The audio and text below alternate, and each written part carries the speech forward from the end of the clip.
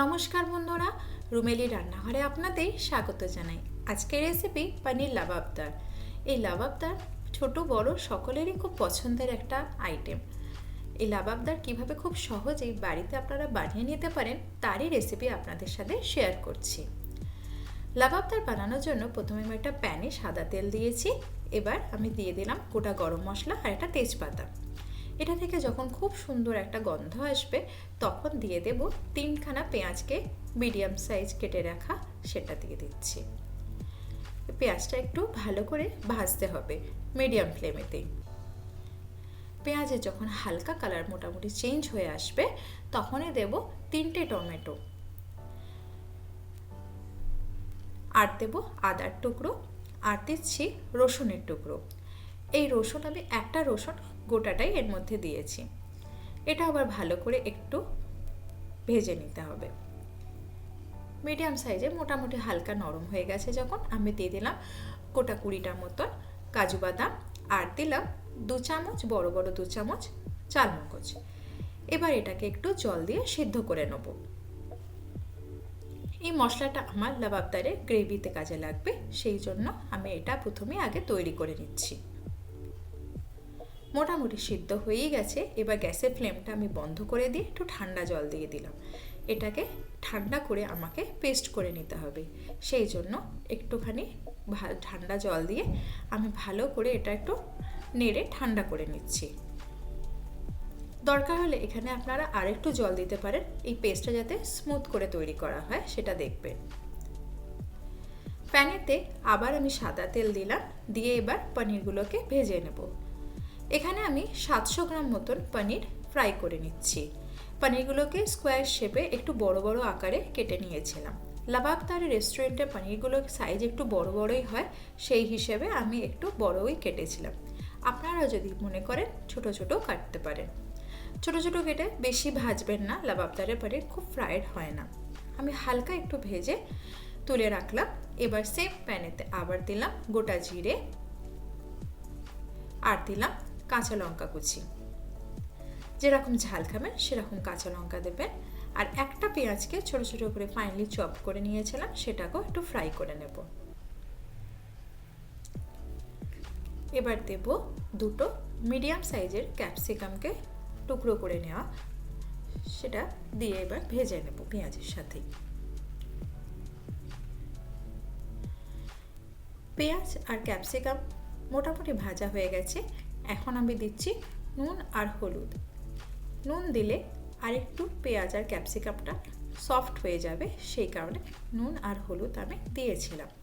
একটা স্ম্যাশার দিয়ে একটু স্ম্যাশ করে নিচ্ছি। এবার তেল ছেড়ে বেরিয়ে এসছে। এবার দিচ্ছি 2 চামচ মতন আদা রসুন বাটা।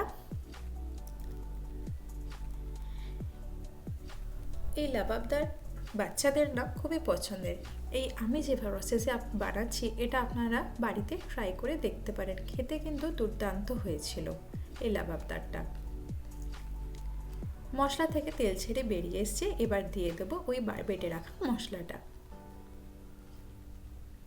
বেটে রাখা মশলাটা দেওয়ার সময় গ্যাসের ফ্লেমটা কমিয়ে দেবেন। এবার একটু গ্যাসের ফ্লেমটা মিডিয়াম করে আমি ভালো করে মশলাটাকে মিশিয়ে নিচ্ছি।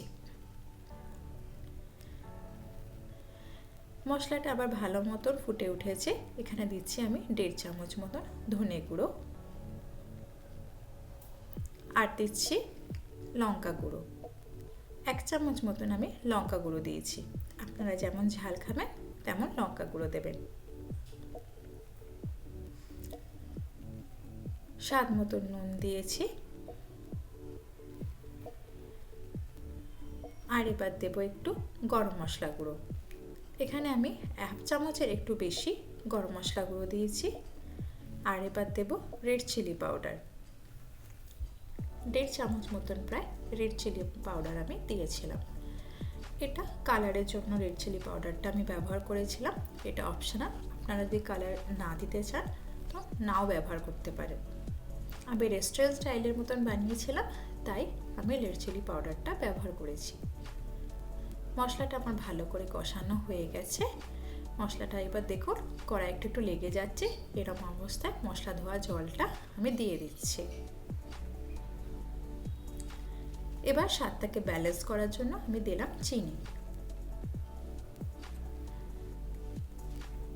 মশলাটার মধ্যে এবার আমি আমার পনিরটাকে অ্যাড করে দিচ্ছি। পনিরটা দিয়ে গ্যাসের ফ্লেমটা আমি কমিয়ে রেখেছিলাম। এবার ধীরে ধীরে পনিরটাকে মশলার সাথে মিশিয়ে নিলাম।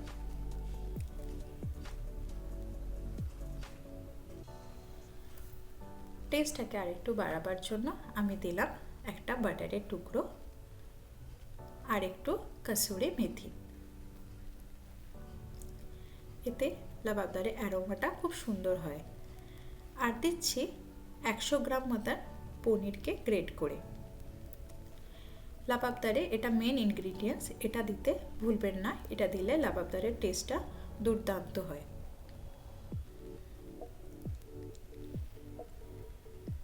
ব্যাস তৈরি হয়ে গেছে আমার লাবাবদার। এবার আমি একটু 1 চামচ ঘিয়ে একটু রেড চিলি পাউডার দিয়ে এটা আমি লাবাবদারের ওপর দিয়ে দেবো। এতে লাবাবদারের কালারটা একদম রেস্টুরেন্টের মতন হয়। যেরকম রেড রেড কালারের লাবাবদার সার্ভ করে সেরকমই হবে এইভাবে যদি আপনারা তড়কা দেন লাবাবদারের উপরে। লাবাবদারের এই রেসিপিটা আপনারা রুটি, পরোটা আর নানের সাথে খেয়ে দেখবেন, দুর্দান্ত লাগে, একদম রেস্টুরেন্টের মতন। রেসিপিটা ভালো লাগলে প্লিজ একটা লাইক করে দেবেন। ধন্যবাদ।